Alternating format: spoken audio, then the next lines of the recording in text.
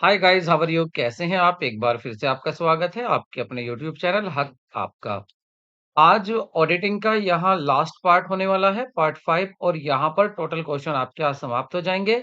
देखिए, हमने कोशिश की है कि पूरे जितने भी क्वेश्चंस यहाँ से बन सकते हैं, पूछे जा सकते हैं, वो सभी हमने इस आपके 5 वीडियो में इंक्लूड किए गए हैं, ताकि आपके एग्जाम का यदि कोई क्वेश्चन ऑडिटिंग से पूछा जाता है, तो आपका कोई भी वो खाली क्वेश्चन ना जाए, आप उसको जरूर करेक्ट अटेम्प्ट करें। मानते हैं चैनल को आपने सब्सक्राइब कर लिया होगा, क्योंकि देखिए, सब्सक्राइब करने से आपका कोई लॉस नहीं होता, बट ये जो कॉमर्स कम्युनिटी है, इसका बेनिफिट होता है, ये स्ट्रांग होती है। और याद रखना, देखिए, अगर आप एजुकेशन में हैं और तैयारी कर रहे हैं कॉमर्स की, तो आपको कॉमर्स के लिए किसी भी रूप में कार्य करना होगा। चाहे कॉमर्स के बच्चे हों, चाहे जो कॉमर्स का टीचर हो, कॉमर्स के चैनल हो, या कॉमर्स कम्युनिटी कोई भी हो, उसको आपको सुदृढ़ करने के लिए एक पहल करनी पड़ेगी। तो आपने चैनल को सब्सक्राइब कर लिया होगा, अब बीच में कोई बातें नहीं होंगी। एक पहले ईज़ी टू हार्ड करेंगे। सबसे पहले एक ईज़ी क्वेश्चन से शुरुआत करते हैं। ईज़ी का मीन्स ये नहीं है कि वो ऐसा क्वेश्चन है जो नहीं आता। देखिए, क्वेश्चन ये कई आयोग ने पूछा भी है। तो पहला क्वेश्चन स्क्रीन पर आपके सामने है, फर्स्ट क्वेश्चन को देखिए।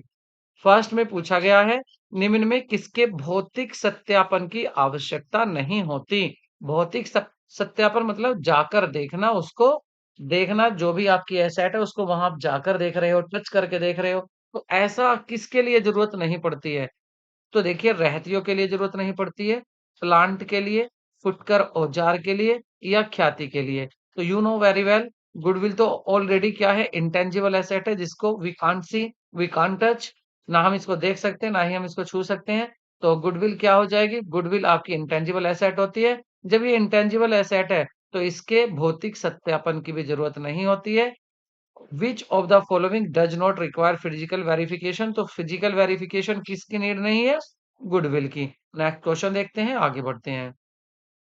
कंपनी अधिनियम 1956 की धारा 263(3), संशोधित कंपनी अधिनियम 2013 के अंतर्गत निम्न व्यक्ति एक कंपनी के अंकेक्षक की नियुक्ति हेतु अयोग्य हैं। देखिए, कौन से ऐसे व्यक्ति हैं जिनकी नियुक्ति एक कंपनी का ऑडिटर, अंकेक्षक नहीं बनाया जा सकता है जिन्हें? क्या वो कंपनी का ऋणी होगा?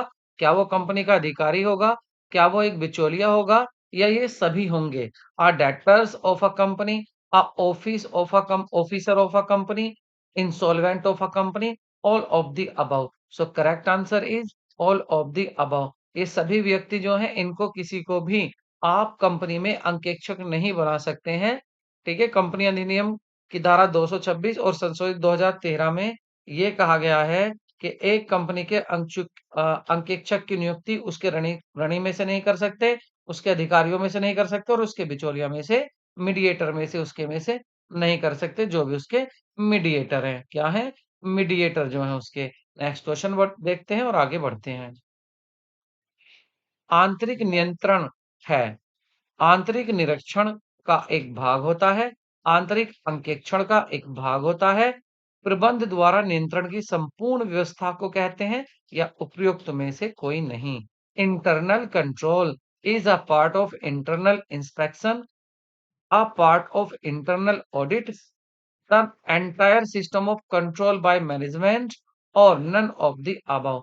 तो ये क्या होता है? एंटायर सिस्टम होता है ऑफ कंट्रोल बाय मैनेजमेंट। आंतरिक नियंत्रण के तो खुद दो पार्ट होते हैं।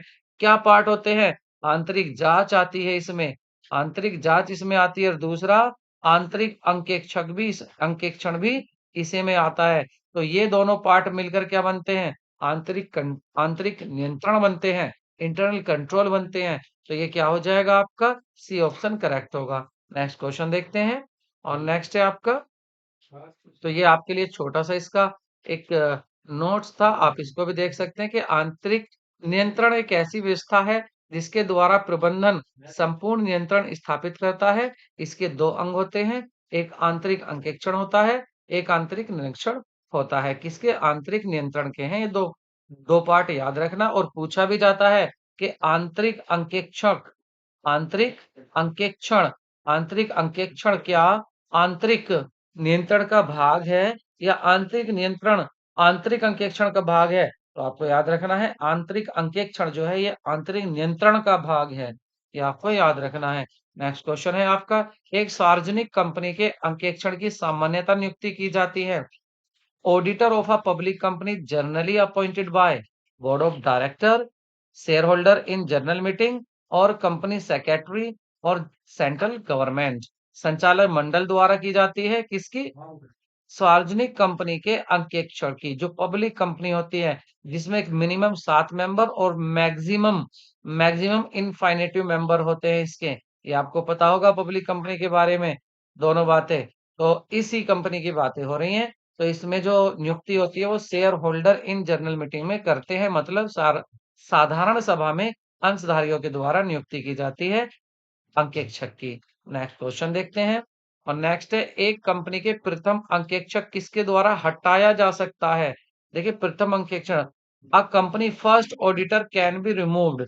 यहाँ पर बात आई है रिमूव्ड करने की। बात किसकी आई है? रिमूव्ड करने की। तो एक कंपनी के अंकेक्षण को रिमूव्ड किया जा सकता है। तो कौन अंकेक्षण को रिमूव कर सकता है? तो ये भी अंशधारियों के हाथ में ही पावर होती है। अंशधारियों की साधारण सभा में, साधारण सभा में, साधारण सभा में क्या किया जा सकता है? इसको हटाया जा सकता है। किसमें? साधारण सभा में हटाया जा सकता है। ठीक है, नेक्स्ट क्वेश्चन देखते हैं। General meeting of share holder. So next question is, निम्नलिखित में से कौन सा कथन सत्य है? अंकेक्षक सभी व्यवसायिक संस्था के लिए अनिवार्य है।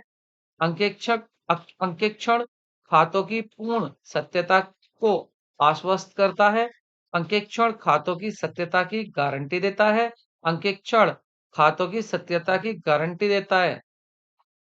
एक्यूरेसी की गारंटी देता है। Accuracy of account. देखिए यहाँ तो है खातों की सत्यता की गारंटी, और यहाँ पर है यह नहीं देता है। दूसरे में यहाँ हिंदी में थोड़ा मिस्टेक है, यहाँ पर क्या आएगा? अंकेक्षण खातों की सत्यता की गारंटी नहीं देता है। इसको सही कर ले। सो अंकेक्षण खातों की सत्यता की गारंटी नहीं देता है, और आंसर भी आपका यही डी होगा। Auditing does not guarantee of accuracy of account.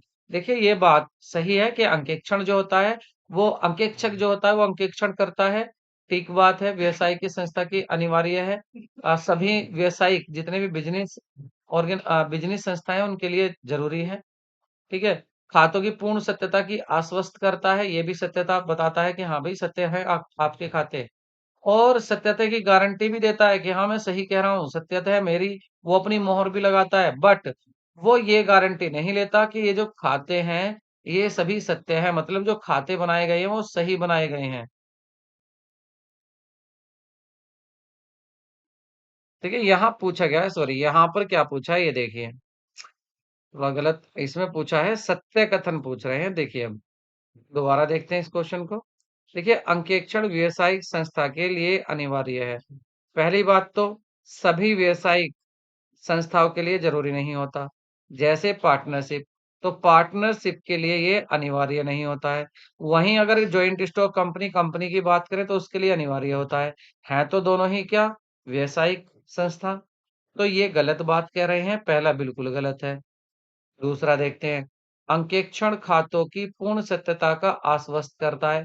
कहता बिल्कुल 100%, पूर्ण का मतलब 100%, 100% सत्यता को आश्वस्त करता है, ये भी गलत है। 100% वो सत्यता नहीं बताता है, अकाउंट्स को सत्य अकाउंट्स को सत्य नहीं बताता है। अंकेक्षण खातों की सत्यता की गारंटी देता है, गारंटी भी कभी नहीं देगा कि वो गारंटी ले लेगा, जाँच तो करेगा, कमी भी बताएगा, बट गारंटी नहीं लेगा कि आपके खाते सत्य हैं। और यहाँ पर कह रहा है कि खातों की सत्यता की गारंटी नहीं देता है, ये बात बिल्कुल सही कह रहे हैं, आंसर डी ही है। तो यहाँ पूछा था कि बताइए सत्य क्या है, तो वो गारंटी नहीं देता है, ये बात यहाँ सही है। आगे बढ़ते हैं, नेक्स्ट क्वेश्चन देखते हैं। एक कंपनी के अंकेक्षक द्वारा त्याग पत्र देने पर लिखित स्थान की पूर्ति की जा सकती है। तो जो खाली जगह है उसकी पूर्ति कौन कर सकता है? तो वो मैनेजिंग डायरेक्टर, प्रबंध संचालक द्वारा की जा सकती है। आगे बढ़ते हैं, नेक्स्ट क्वेश्चन देखते हैं। अंकेक्षण एक बीमाकर्ता नहीं है तथा उसका कर्तव्य केवल उचित सावधानी व कुशलतापूर्वक कार्य करना है, यह निर्णय लिया गया। तो यह निर्णय कहाँ लिया गया था? और देखिए ये क्वेश्चंस आपका वेरी इंपॉर्टेंट है। ये आपका 1996 में और 2001 में भी क्वेश्चन प्री में पूछा जा चुका है। ठीक है, प्री में ये पूछा जा चुका है, तो आप इसको अच्छे से कर लें। इसके ज़्यादा चांसेस हैं। तो अंकेक्षर क्या नहीं है? बीमा करता नहीं है। उसका कर्तव्य केवल उचित सावधानी में कुशलतापूर्वक कार्य करना है बस। तो यह निर्णय लिया गया था, कौन से मामले में लिया गया था?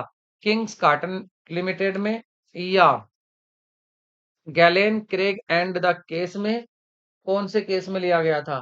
तो देखिए ये जो लिया गया था, ये लिया गया था, आपका आंसर सी सही होगा। लंदन एंड जनरल बैंक का केस था, उसमें ये निर्णय लिया गया था, लंदन एंड जनरल बैंक में। नेक्स्ट क्वेश्चन देखते हैं। एक अंकेक्षक को यह सुनिश्चित करना है कि वह लाभांश का भुगतान करती है। एक अंकेक्षण को एक अंकेक्षण को यह सुनिश्चित करना है कि कंपनी लाभांश का भुगतान करती है। चालू वर्ष के लाभों से, गत वर्ष के अतिरिक्त लाभों से, या ए और बी के योग दोनों से, या उपर्युक्त में से कोई नहीं। तो सही आंसर क्या होगा? देखिए एक कंपनी के, इसकी एक्सप्लेनेशन भी आपको दिखा देते हैं। किसी कंपनी के लाभांश की दर व उसके वितरण तथा भुगतान को निर्धारित करने का दायित्व वो संचालक मंडल का होता है, अंकेक्षक का नहीं। अंकेक्षक का नहीं होता, ये याद रखना है। किसका है ये दायित्व? ये जिम्मेदारी है संचालन मंडल की। इसकी इसीलिए वह इस बात का निर्धारण नहीं कर सकता कि लाभांश चालू वर्ष के लाभों में से दिया जाए या गत वर्ष के अवितरित लाभों में से दिया जाए, क्योंकि ये उसका काम नहीं है।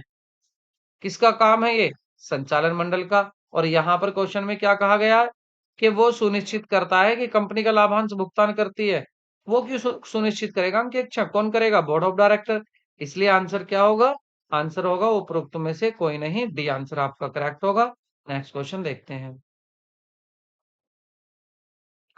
कंपनी के अंकेक्षण की दीवानी दायित्व होता है।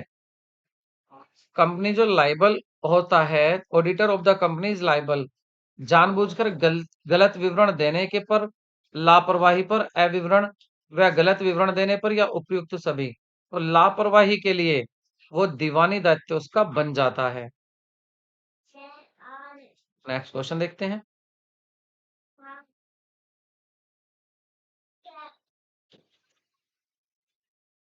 एक कंपनी के अंकेक्षक के द्वारा नियुक्ति की स्वीकृति की लिखित सूचना कंपनी के रजिस्ट्रार को देनी होती है।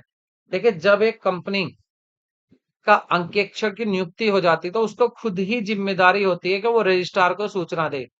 कंपनी के रजिस्ट्रार को सूचना देने की गारंटी उसी की ही होती है। अब बात यहां आती है कि कितने दिनों में उसको सूचना देना है। तो चलो इसके लिए क्या करते हैं, थोड़ा सा हम चलते हैं किस तरफ, थोड़ा सा चलते हैं हम, फिर इस तरफ चलेंगे, थोड़ा सा चलेंगे हम, एक्सप्लेनेशन देखते हैं इसकी। ठीक है, चलो थोड़ी एक्सप्लेनेशन देखते हैं। देखिए यहाँ पर देखिए कंपनी अधिनियम धारा 224 के अनुसार एक कंपनी के अंकेक्षक द्वारा अपनी नियुक्ति की स्वीकृति की लिखित सूचना कंपनी के रजिस्ट्रार को 30 दिन के अंदर दे देनी चाहिए। ये कौन कहता है? कंपनी अधिनियम 2013 के अनुसार यह अवधि 15 दिन है। तो अब आपको याद क्या रखना है?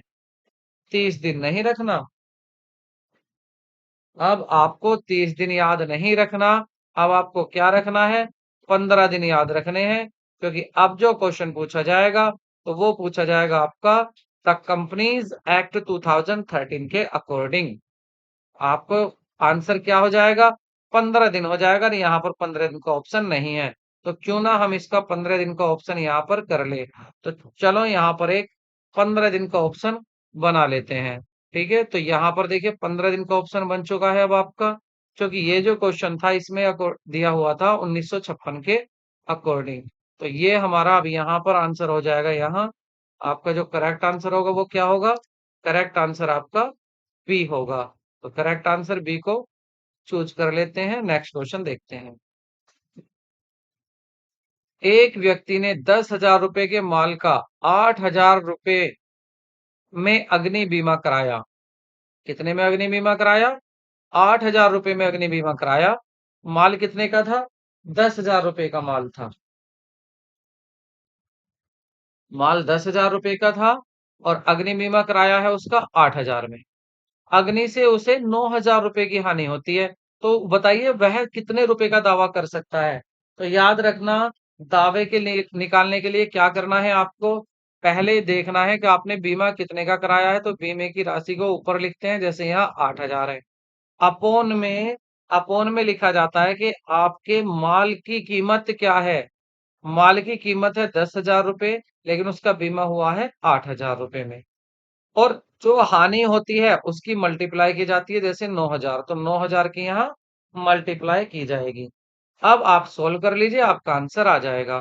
4 जीरो से कट कर देते हैं 4 जीरो, और 8 9 जा होता है आपका 72, और डबल आपका जाएगा 0। इट मीन्स 7200 रुपए आपका 7,200, 7,200 आपका करेक्ट आंसर होगा। नेक्स्ट क्वेश्चन देखते हैं। एक समय पर एक कंपनी अंकेक्षर कितनी कंपनियों से अधिक का अंकेक्षर नहीं बना सकती? एक समय पर एक कंपनी अंकेक्षक कितनी कंपनियों से अधिक अंकेक्षर नहीं बना सकती? तो कितने अंकेक्षर से अधिक एक कंपनी नहीं बना सकती अंकेक्षर? 10 से अधिक, 20 से अधिक, 50 से अधिक, या कोई लिमिट नहीं है?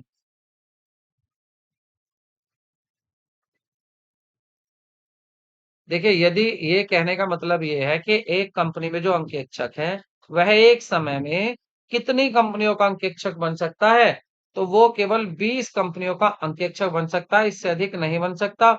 ऑप्शन आपका बी होगा। नेक्स्ट क्वेश्चन देखते हैं।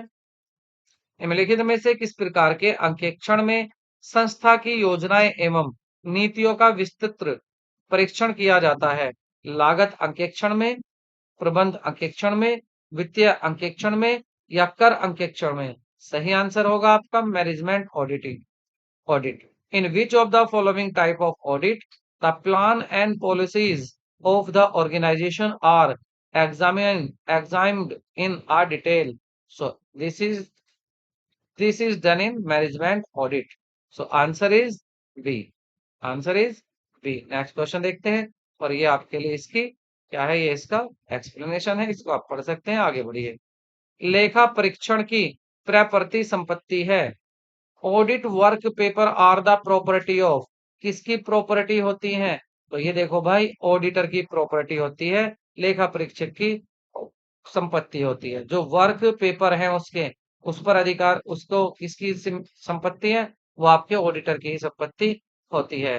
नेक्स्ट क्वेश्चन देखते हैं। संपत्तियों के मूल्यांकन की जांच करने का भाग होता है नैतिक जांच में, प्रमाण में, सत्यापन में, आंतरिक रोकथाम में। संपत्तियों का मूल्यांकन की जांच, तो ये आता है आपका सत्यापन में, वेरिफिकेशन में।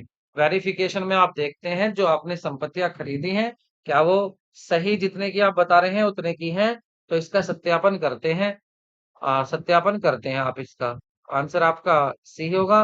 नेक्स्ट क्वेश्चन देखते हैं। प्रबंधकीय लेखा परीक्षण का अर्थ है मैनेजमेंट ऑडिट मीन्स क्या होता है? Auditing on the behalf of management, auditing of the management accounting system, auditing of the financial transactions made by the management, proper evaluation of the objectives and policies of the management system. So सही answer होगा, प्रबंधकीय लेखा परीक्षण का अर्थ होता है प्रबंध तंत्र के उद्देश्य एवं नीतियों का विधिवत मूल्यांकन करना, proper evaluation of objectives and policies of management system. Next question देखते हैं। प्रबंधकीय लेखा परीक्षण का आदेश कर्मचारियों द्वारा होता है। प्रबंधकीय लेखा परीक्षण का जो मतलब, जो आप मैनेजमेंट ऑडिट कराना चाहते हैं, इसका ऑर्डर कौन देगा? एम्प्लॉय देंगे। इतने एम्प्लॉय पावरफुल कहाँ होते हैं? गवर्नमेंट देगी। तो गवर्नमेंट का क्या काम इसका ऑडिट कराने का? बोर्ड ऑफ डायरेक्टर देगा या सेबी देगा? तो बोर्ड ऑफ डायरेक्टर देगा। जो भी कंपनी का संचालन मंडल होगा वह प्रबंधकीय लेखा करा सकता है, क्योंकि प्रबंधकीय लेखा परीक्षण करा सकता है। तो मैनेजमेंट ऑडिटिंग कोई कंपलसरी नहीं है कि ये गवर्नमेंट कह रही है या stock exchange board of India कह रहा है कि कराओ, ये कंपलसरी नहीं होता। ये तो आप चाहो तो करा सकते हैं, अन्यथा नहीं। तो ये डिपेंड करता है बोर्ड ऑफ डायरेक्टर पर। आंतरिक नियंत्रण में शामिल होता है इंटरनल कंट्रोल। अब मुझे मैं विश्वास करता हूं आप इसका आंसर जरूर देंगे। सोचिए समझिए और इसका आंसर दीजिए।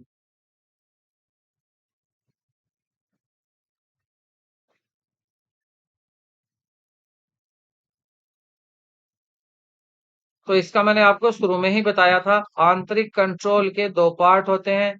एक होता है आंतरिक रोकथाम, एक होता है आंतरिक लेखा परीक्षण।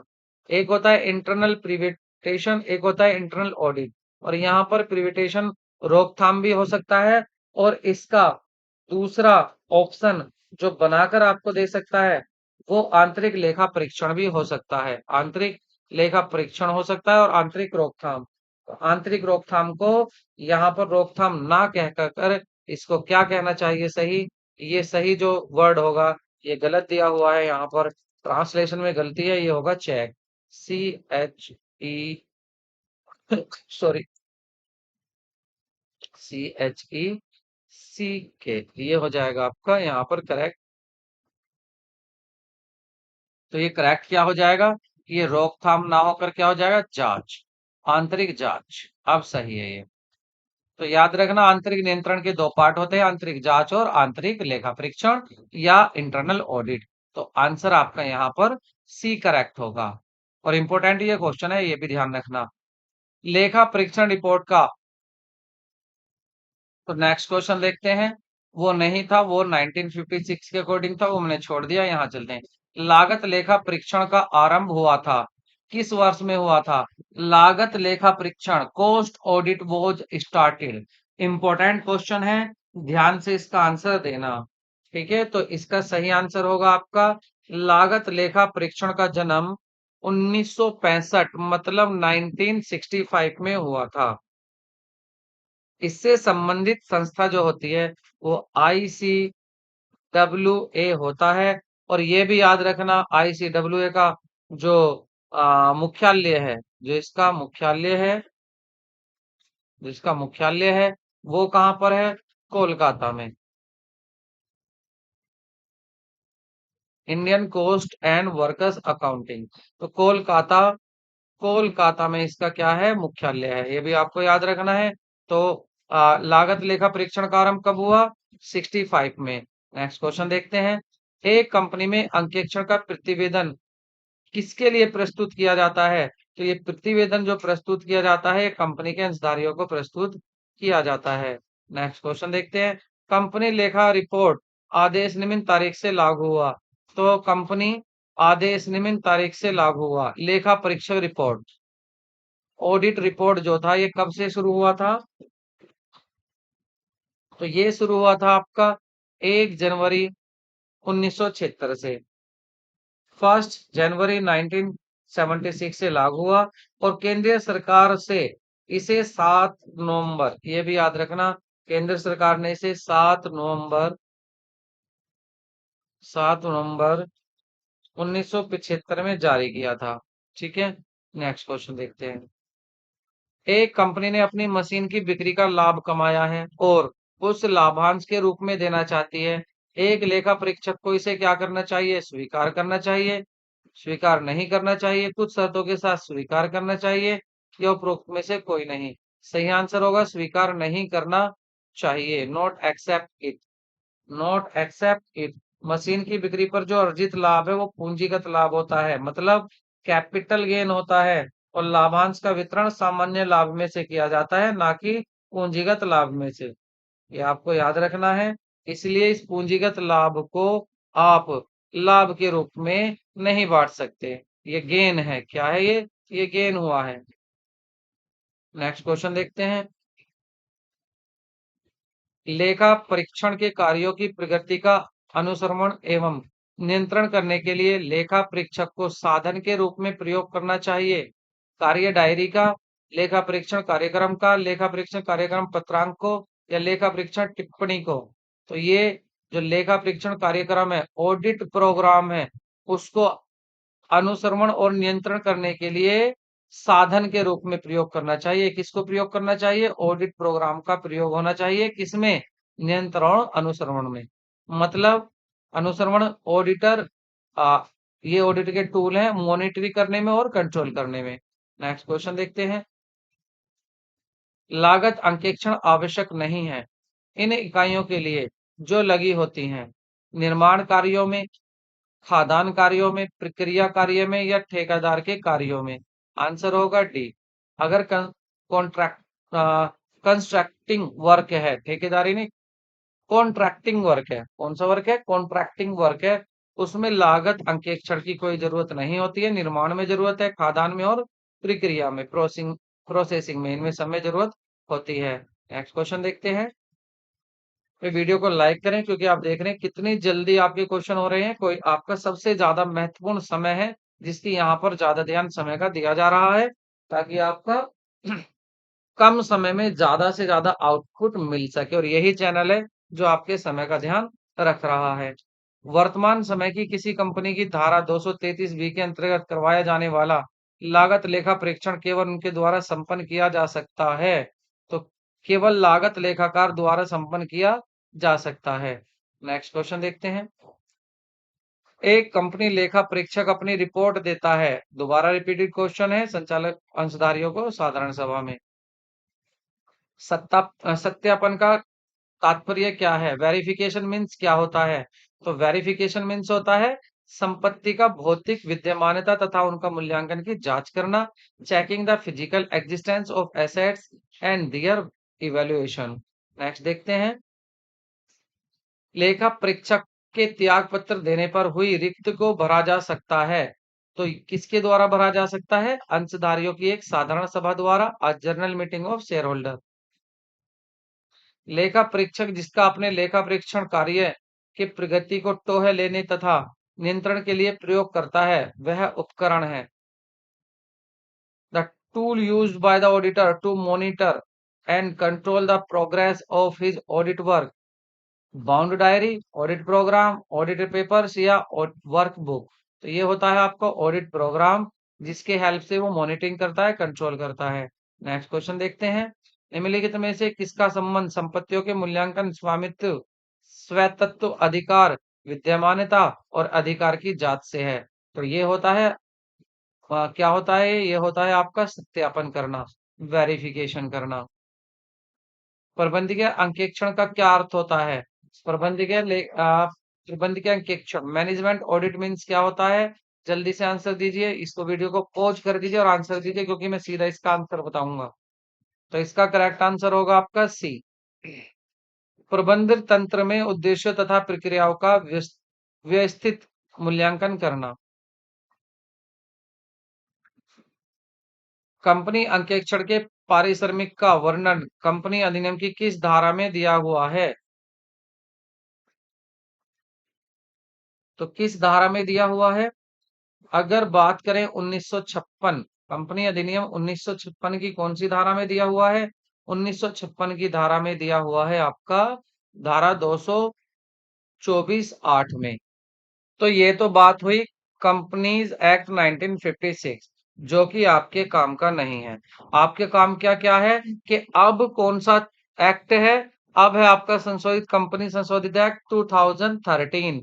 तो 2013 की ही धारा होनी चाहिए, सेक्शन होना चाहिए। तो आपको याद रखना है सेक्शन 142।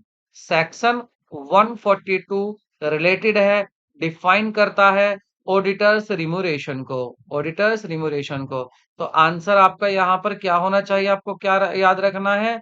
142। 142 सेक्शन रिलेटेड होता है किससे? Remuneration of a auditor. Next question की तरफ चलते हैं। यहां पर आपको याद रखना है ये सारी बातें 1956 की थी, अब 2013 का रखना है। इंपॉर्टेंट क्वेश्चन था इसलिए मैंने ये शामिल किया था।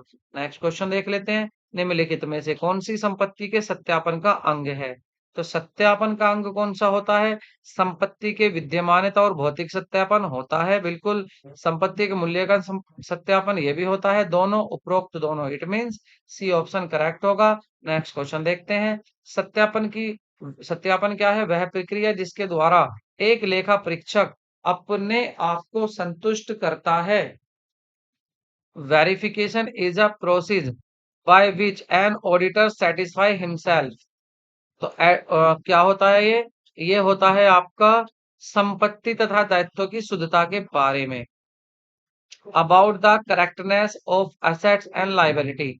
सत्यापन वह प्रक्रिया जिसमें वो क्या करता है, वो देखता है, अपने आप को संतुष्ट करता है, जो संपत्ति और दायित्व हैं उनकी शुद्धता। नेक्स्ट क्वेश्चन देखते हैं। इंपॉर्टेंट क्वेश्चन है, देखते हैं। भारत के राष्ट्रपति द्वारा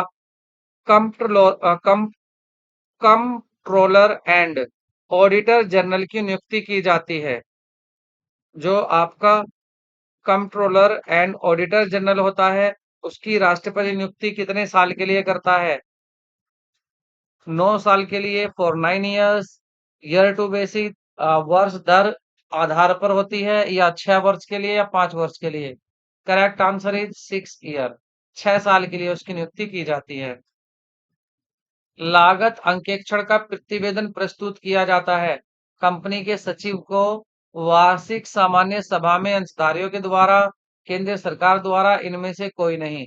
प्रतिवेदन प्रस्तुत किया जाता है तो वो केंद्र सरकार को। लागत अंकेक्षण का प्रतिवेदन प्रस्तुत, यह लागत की बात हो रही है, पोस्ट ऑडिटिंग की। ठीक है, सिंपल अगर ऑडिटिंग होता वो अलग होता, और इसकी एक प्रतिलिपि कंपनी के पास भी भेजता है वह। सो नेक्स्ट क्वेश्चन देखते हैं। माओ कारो 1988 लागू होता है।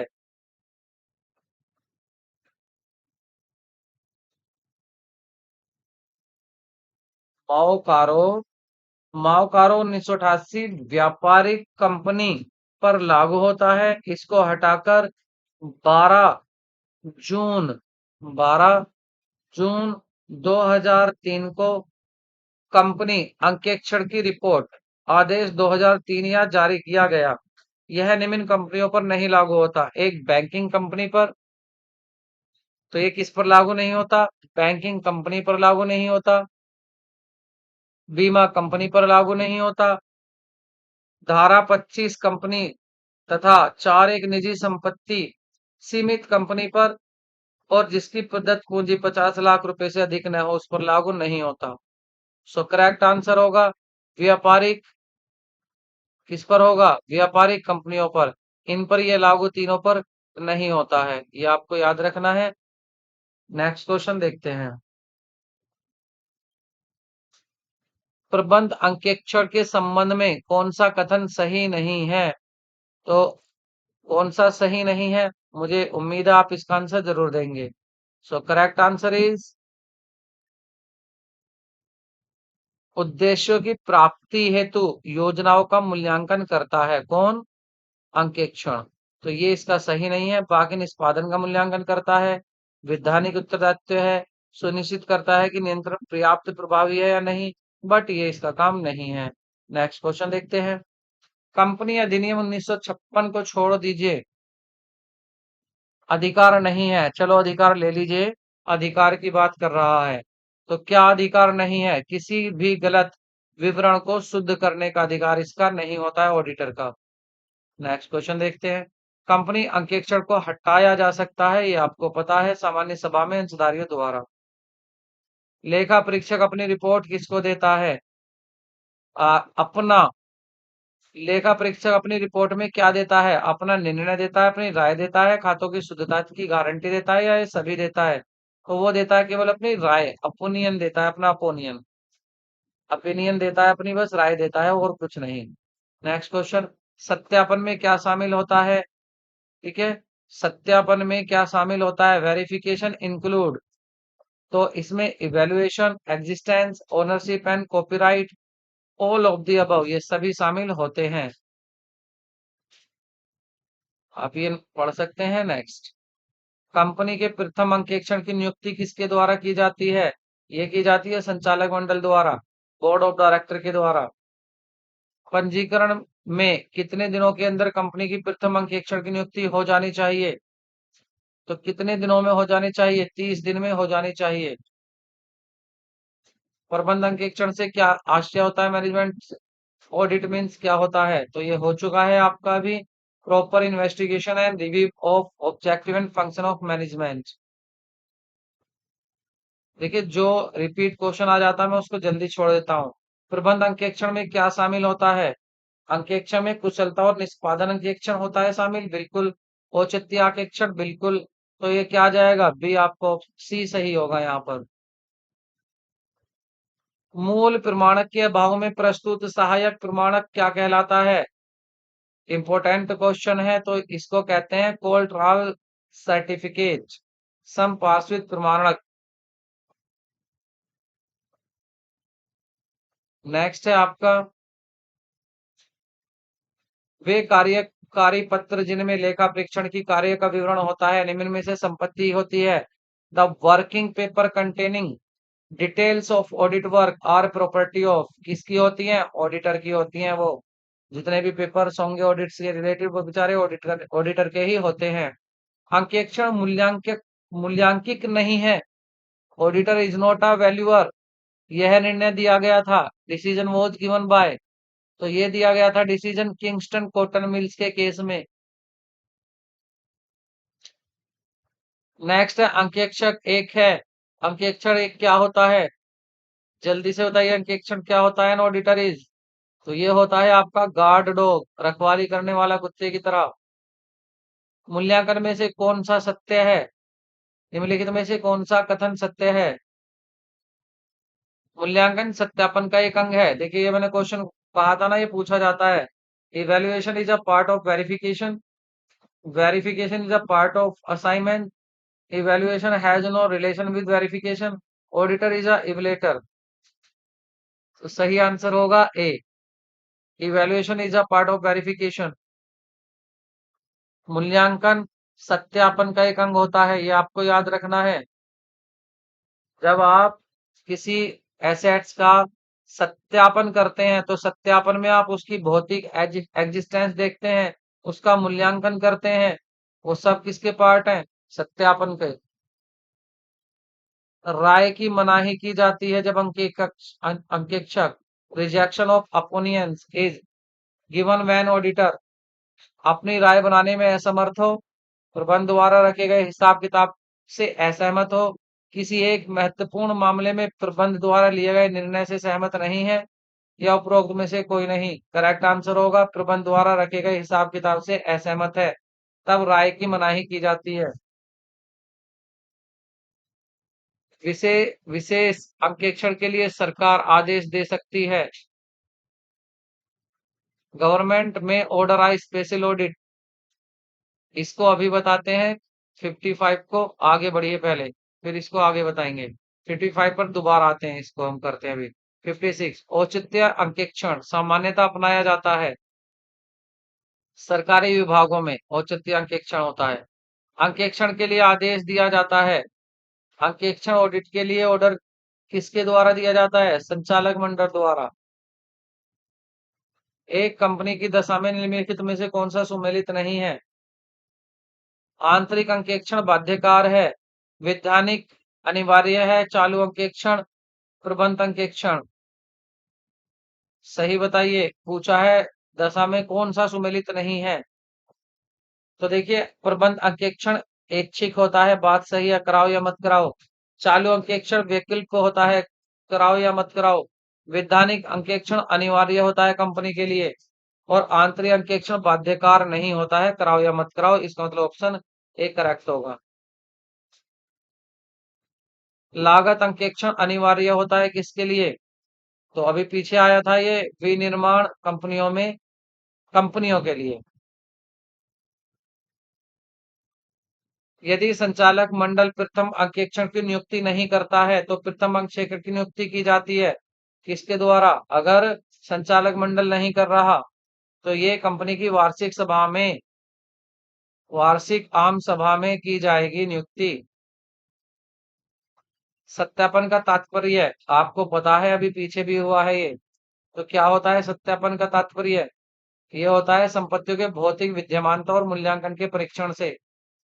Testing of physical existence and evaluation of assets, गलत आधार पर किया गया संपत्ति का मूल्यांकन है। Valuation of asset on wrong basis, तो उसको कहेंगे एरर ऑफ प्रिंसिपल, सैद्धांतिक त्रुटि। एरर ऑफ प्रिंसिपल क्या होता है? जहां आप जानबूझकर जो प्रिंसिपल होते हैं अकाउंटिंग के उनको ही फॉलो नहीं करते हैं। तो अब चलते हैं, हमारा क्वेश्चन बचा है 55। बाकी टोटल क्वेश्चन आपके हो गए हैं। वीडियो को लाइक जरूर करें, चैनल को सब्सक्राइब जरूर करें, क्योंकि कम से कम समय में आपको बहुत क्वेश्चन कराए हैं। अगर इतना आपको कोई चैनल दे रहा हो तो मुझे कमेंट में जरूर बताना। फ्री ऑफ कॉस्ट आपको इतना कुछ दे रहे हैं तो प्लीज चैनल को सब्सक्राइब करें। आपका इसमें कुछ नहीं जाता, बट हमारी टीम का हौसला बढ़ता है। तो आप क्वेश्चन देखते हैं 55। तो क्वेश्चन हाँ था हमारा विशेष अंकेक्षण, मतलब स्पेशल ऑडिट। तो स्पेशल ऑडिट से रिलेटेड कौन सी धारा सेक्शन है? अब ये तो 1956 के थे, इंपॉर्टेंट क्वेश्चन था इसलिए टीम ने शामिल किया, बट हमें इसका आंसर अब देना है। तो अब के अकॉर्डिंग कौन सा होगा? Section 66। Section 66, where a special audit is required to be conducted in accordance with the provision of section 66। और इसको कर सकता कौन है? इसको कर सकता है आपका कोस्ट अकाउंटेंट। तो चार्टर अकाउंटेंट या कोस्ट अकाउंटेंट स्पेशल ऑडिट कर सकता है। तो ये आपको याद रखना है। मिलते हैं नेक्स्ट वीडियो में, नेक्स्ट क्लास में, और नए क्वेश्चंस के साथ। उम्मीद करते हैं आपकी तैयारी अच्छी चल रही होंगी। देखिए, रिम्यूरेशन और अफवाह पर बिल्कुल ध्यान मत दीजिए। मैंने आपसे शुरू में भी कहा था, एक चैनल अच्छा सब्सक्राइब करो, अच्छी अपने पास बुक्स रखो, और सफल होने से आपको फिर कोई नहीं रोक सकता। और सबसे पहले प्रीवियस पेपर सोल्व जरूर करो। मैंने आपको प्रीवियस पेपर सोल्व कराए हैं। उसके बाद एनसीईआरटी के अकॉर्डिंग फतेह सीरीज कराई हुई है। फतेह सीरीज मैंने कराई है आपको TRE 4 के लिए। तो उसमें से आप अकाउंट्स का टोटल वहां सिलेबस भी देख सकते हैं, और आपकी तैयारी पूरी अच्छे से हो जाए इसके लिए अब भी मैं टॉपिक वाइज आपको कार्य करा रहा हूँ। यहाँ ऑडिटिंग भी पूरी हो चुकी है। तो मिलते हैं नेक्स्ट वीडियो में। चैनल को सब्सक्राइब जरूर करें। Take care, bye bye.